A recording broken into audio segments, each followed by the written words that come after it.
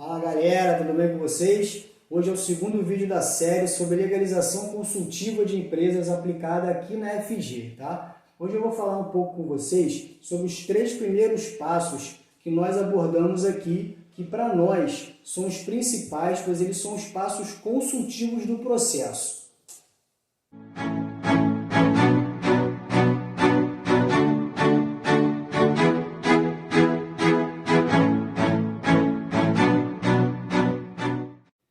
Então, pessoal, eu vou falar um pouco com vocês sobre o primeiro passo, tá? O primeiro passo a gente considera como sendo extremamente importante, pois ele é ouvir o cliente. Nesse passo, a gente ouve, entende e interpreta as informações que o cliente vai nos passar, tá bom? Nós costumamos abordar alguns temas principais e eu separei aqui algumas perguntas que é bom você anotar e você ter para fazer ao seu cliente, até você conseguir se acostumar com esse processo de indagar o cliente. Inclusive aqui na Fernandes e Guil a gente tem uma sala com sofás e tal, e a gente faz isso bem descontraído para o cliente se sentir bem à vontade. A gente procura saber primeiro quais os produtos ou serviços que ele deseja oferecer para o mercado, né? Quais atividades que ele quer que a empresa dele desenvolva. Tá? Isso é importante para você pesquisar os finais. Outra coisa muito importante é você tentar conhecer um pouco sobre o cliente do seu cliente, sobre o público-alvo que ele quer alcançar e como ele se relaciona, o que é que esse cliente demanda dele. Isso é muito importante, tá? Outro ponto é você conhecer um pouco sobre a formação societária que ele pretende fazer. Se ele pretende ter um sócio, 2, 3, qual o relacionamento entre esses sócios, como está a situação do CPF ou do CNPJ desse sócio. Não podemos esquecer que a situação financeira, digamos assim, do CPF ou do CNPJ pode afetar a empresa que você quer constituir. Tá? Pode evitar que ela consiga um crédito, por exemplo, no mercado se o CPF do sócio estiver sujo. Esse é um exemplozinho básico. Tá?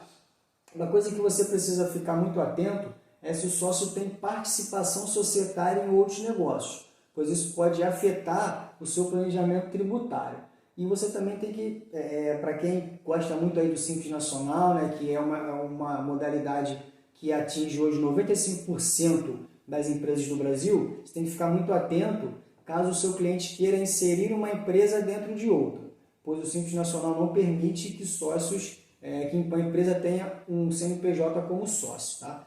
Outra coisa que a gente aborda com o cliente é a situação do capital social. Quanto de capital social ele pretende integralizar, como ele pretende integralizar, e a gente dá algumas opções para ele, explica como isso funciona. A gente explica o que é capital social e como a integralização do capital social ela vai afetar o imposto de renda dele no ano seguinte. Pois se ele integralizou 100 mil, ele tem que ter 100 mil lá no imposto de renda dele disponível para poder ter feito essa integralização. Ok?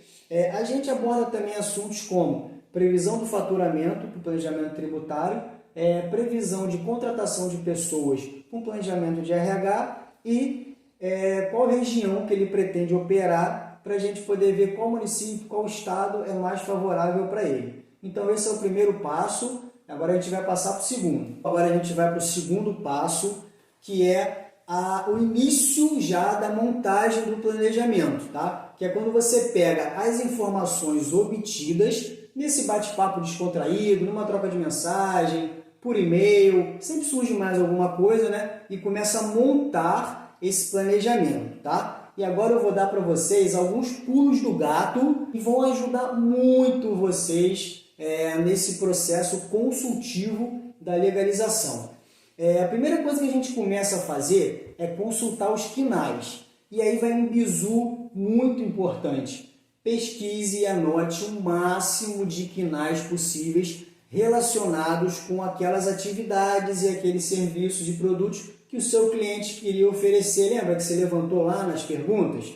Anote tudo, tipo um brainstorming, tá? Faz uma anotação bem grande, sem pena. Cabe muita coisa no seu computador, abre o seu Word e começa a anotar os quinais. Eu costumo utilizar o site do concla.ibge.gov.br. Eu vou deixar a descrição no vídeo para vocês. Eu não sei se muitos sabem que é aqui ou aqui. Vai ficar no vídeo a descrição para vocês, tá bom? Depois que você tiver anotado esses quinais, tem um ponto que a gente preza muito, muito, muito, que é consultar no site do Corpo de Bombeiros quais desses quinais são de alto risco. Porque, como eu falei, o bombeiro simplificado no Rio de Janeiro sai muito rápido. E uma das principais travas do bombeiro simplificado que eu tenho visto é a atividade que não foi muito bem escolhida e era uma atividade de alto risco que não precisava ser. Eu vou deixar aqui também, tá, a descrição do link para você acessar, mas é lá no site lá dos emolumentos, no funesbom.rj.gov.br/cbmerge consultar quinais. Tá bom, pessoal? Consulte todos os quinais para você poder apresentar para o seu cliente e ele ver se ele tem certeza que ele quer botar aquele quinai que vai impedir o bombeiro simplificado, e aí é por conta e risco dele. Uma coisa que a gente faz aqui é tentar ensinar o máximo para o cliente, para facilitar nesse processo. Então a gente ensina para ele o que é uma forma de constituição de empresa, né? O que é uma limitada, o que é uma EIRELI, o que é uma SA, quais são os portes, né? ME, PP, de grande porte, e a gente lá atrás já explicou para ele, né, lá nas perguntas, a gente já explicou o que é o Simples Nacional, o que é o lucro presumido, o que é o lucro real, mas você pode explicar de novo, para que vocês possam construir juntos do cliente a melhor forma de constituição, o porte ideal da empresa e a melhor forma de tributação, tá bom?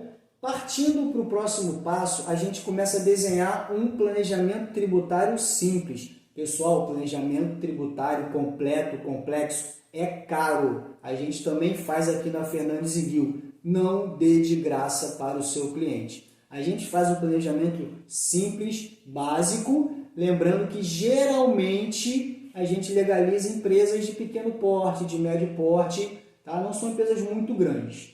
Então, a gente vai iniciar aí o nosso planejamento tributário, analisando se é melhor ele estar no Simples Nacional, no lucro presumido, no lucro real, baseado em várias coisas que a gente já viu até aqui, nas atividades dele, na forma, no porte, no faturamento, na quantidade de funcionários, né? Um outro passo muito importante que vai fazer parte do planejamento tributário é o planejamento de RH, e quando você planeja o RH e não o DP, você demonstra que você oferece RH estratégico e não folha de pagamento. Olha o plus que você está dando no seu serviço. Está vendo como é importante você planejar a constituição de uma empresa? Você mostra que você é capaz de muita coisa para o seu cliente, tá, pessoal? Depois que você definir as atividades, digamos que você escolheu estar no Simples Nacional, né? Definiu que o seu cliente estará no Simples Nacional. Você pode fazer uma pesquisa simples no Google daquelas atividades, tá, que podem fazer parte do Simples Nacional e qual o anexo de cada KNAI. A gente coloca no Google lá, KNAI versus Simples Nacional. Quem me ensinou isso foi um grande amigo meu, Darlon, me ensinou muita coisa sobre legalização. Pô, Darlon, muito obrigado, viu? E a gente também pesquisa KNAI versus anexo do Simples Nacional para você decidir quais são as melhores atividades dentro do Simples Nacional para estar naquela empresa. Lembrando que a gente só define o KNAI, todos os KNAIs, depois que a gente faz todas essas pesquisas e todos esses planejamentos, ok, pessoal? Porém, você sempre vai se deparar com o KNAI que tem que ter, que é o principal, que é a base. E aí, se o seu cliente tiver definido que aquele KNAI tem que estar ali, pode ser que aquele seu planejamento não dê muito certo. Não se frustre com isso, porque isso pode acontecer.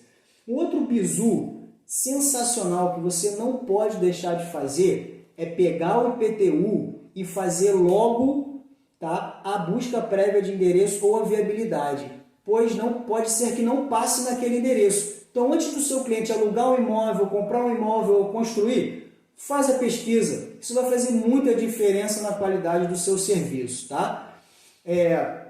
Se você tiver alguém especialista em direito societário, de preferência um advogado, é bom que você tenha, é bom que você melhore algumas cláusulas do seu contrato, tá? Que você aperfeiçoe as cláusulas do seu contrato. Lembrando que é sempre bom sim você ter essa consultoria de um advogado, tá, pessoal? Isso é muito importante. E agora o bizu master que não pode faltar. Envolva o seu cliente em todo o processo. A empresa é dele, o negócio é dele. Ele é o mais interessado no assunto. Se você envolver o seu cliente nesse processo, você vai dar um valor agregado, vai dar um plus ao seu serviço de legalização gigante, tá, pessoal? E agora a gente vai para o terceiro e último passo, que nada mais é do que a finalização disso tudo. É você pegar todos esses dados e desenhar para o seu cliente e falar, olha, baseado em tudo que a gente estudou, eu te oriento a ter essa atividade principal, essas atividades secundárias, a estar em tal forma de tributação, a utilizar tal formato no contrato, tal porte da sua empresa. Você concorda? Quer mudar alguma coisa? Você acha legal? O seu cliente dando ok, a gente vai para os passos técnicos que eu vou apresentar para vocês no próximo vídeo. Espero que vocês tenham gostado e até a próxima.